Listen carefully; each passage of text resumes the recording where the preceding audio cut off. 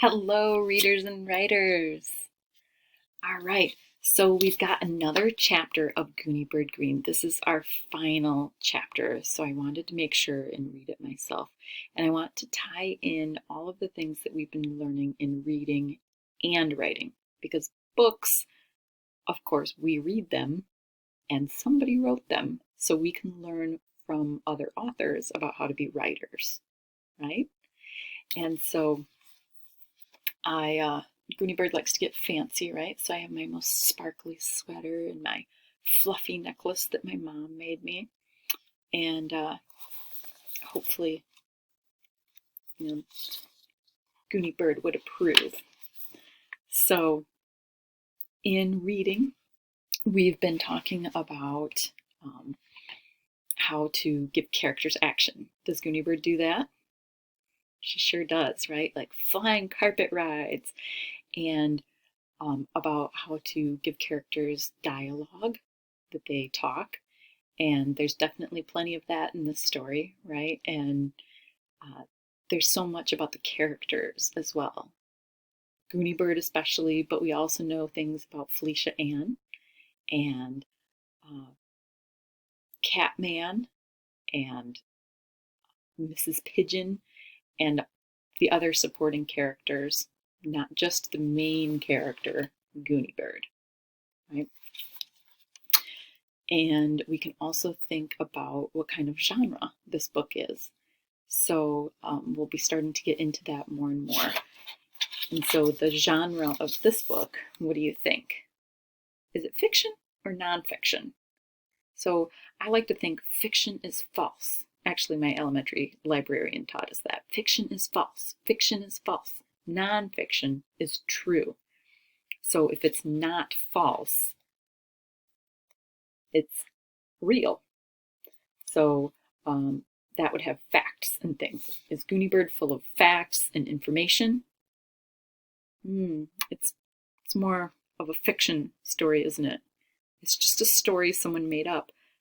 But could all of these things happen? Now, Gooney Bird has some fancy titles for her stories, but Gooney Bird going on a carpet ride, right? And coming from China, and going to the palace with the prince and getting diamond earrings. But really, we find out that they're everyday adventures, like getting the diamond earring out of the penny machine at the and the palace is really an ice cream store, and the carpet ride was her falling out of the back of a car in the carpet while she searches for Catman, and consumed by the cow. What did that really mean? Catman didn't get eaten by the cow, did he? He was in love with the cow, totally consumed with love. So that was a long introduction. You're waiting for your last chapter. So think about how you can add action, how you can add dialogue to your own writing, and the characters and things that we've been reading about as well. So our latest lesson in reading was how there are lessons in the story. So what lesson do you think this author intended us to learn by reading Gooney Bird Greene? Do you have some ideas? Let's see if those come true, and we'll talk about it at the end. Gooney Bird Greene, Chapter 7, by Lois Lowry. Gooney Bird looked around the classroom. She slid the strap of her cowhide purse from her shoulder and set the purse on the floor below the terrarium table. With her face scrunched into quiet thinking expression, she unbuttoned her orange fur jacket and hung it on the back of the chair by her desk. Then she returned to the front of the room and faced the class. She was wearing a blue plaid skirt, a white blouse, black tights, and brown lace-up shoes. There were bright blue hair ribbons in her neatly brushed red hair. She looked ordinary. She looked dignified. She looked wise. Out there, invisible, are a lot of stories not yet told, Gooney told the class. Absolutely true ones? Beanie asked in a small voice. Yes, absolutely true ones. What are they? Asked Beanie. Do you remember that my first story was called How Gooney Got Her Name? Gooney asked. Yes, Beanie replied. Well, another is how Beanie got her name. Before I forget, let me share the picture with you.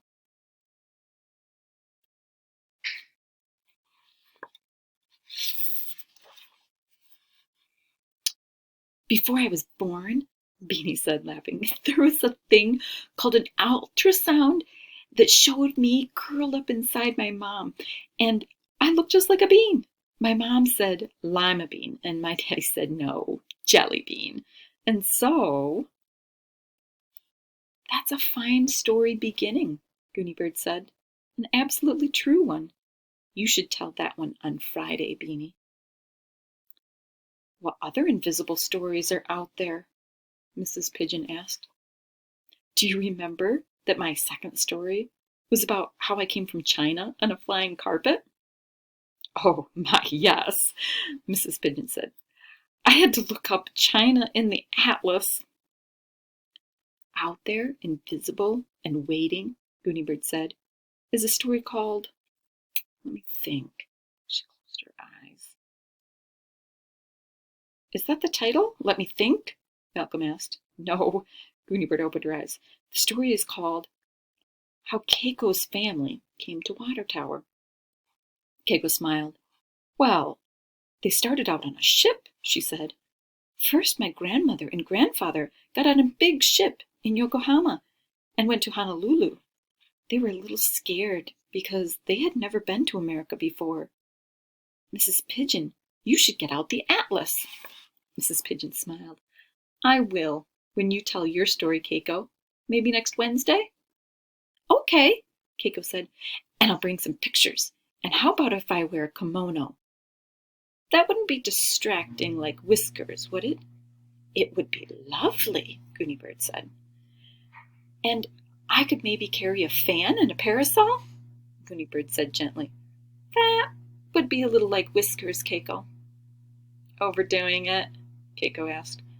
Overdoing it, Gooney said. What about me? Asked Barry. Do I have a story? Of course you do, Gooney told him.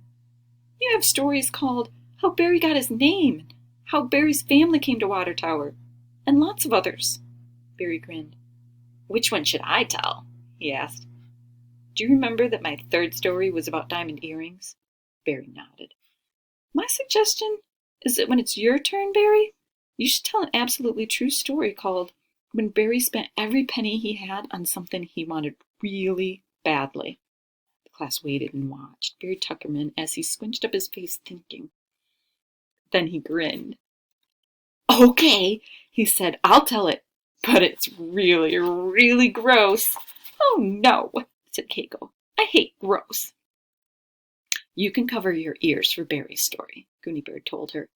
Wear earmuffs that day. Green ones would go nicely with your red sweater, I think.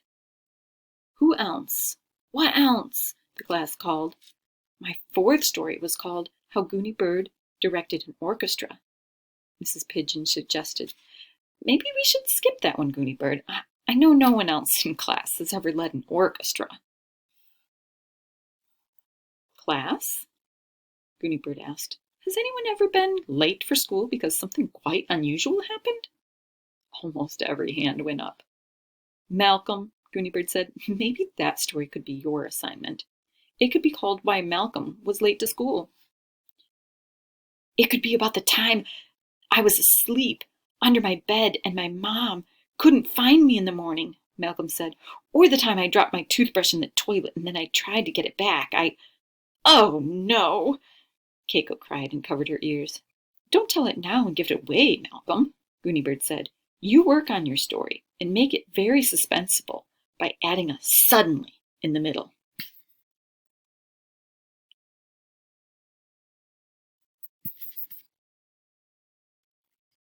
Sorry, screen problem there. Gooney Bird looked around the classroom. All the second graders had taken out paper and pencils. They were all writing down ideas for their stories. And remember my last story about Catman? She reminded them. Has anyone ever lost a beloved pet? Almost every hand went up again, even Mrs. Pigeon's. Could that be my story, Gooney Bird? Mrs. Pigeon said. I had a parakeet named Brucey, and somehow the door to his cage was left open and... Next Tuesday, Gooney Bird said. How I lost Brucey. And found him again, Mrs. Pigeon said with a happy smile. My story has a happy ending. Mine will be how I lost Gretchen Guinea Pig, Tricia said. Mine has a sad ending. You know what? Mrs. Pigeon said, standing up. It's lunchtime already. Let's skip arithmetic today, class. The students put the arithmetic books back in their desks. They reached for lunch boxes instead. Gooney Bird took out a grapefruit, a cucumber, and some dill pickles. I'm having a completely vegetarian day today, she explained. But look at this, dessert, for the whole class. She held up a bulky paper bag. What is it? The children asked. Gooney Bird grinned. 63 gumballs, she said. And after I give them out, I'm going to teach you all a wonderful whirling dance called the tarantella. Suddenly, Felicia Ann looked up from the floor. Shouldn't we all hug and kiss first? She said in a surprisingly loud voice. Thank you for suggesting that, Felicia Ann, Gooney Bird replied. Of course we should. And so they did. The end.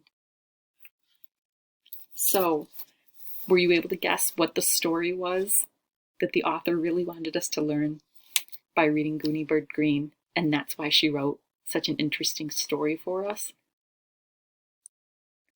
Yeah, she wanted us to know that we all have those invisible stories waiting to be written, right? Not everything has to be this amazing trip or some fantastical thing that never ever happened to us, right? Gooney Bird found things about her own life that made it interesting for us to keep reading. So maybe your story is how your family came to whatever city you live in West Michigan. Maybe your story is a time you spent every last penny you had to get something you really wanted. Maybe you have a totally different story that you're thinking of writing. And so make sure that story inside you gets told for everyone to enjoy. All right, writers and readers, back to work. You're safe, you're loved, and you've got this.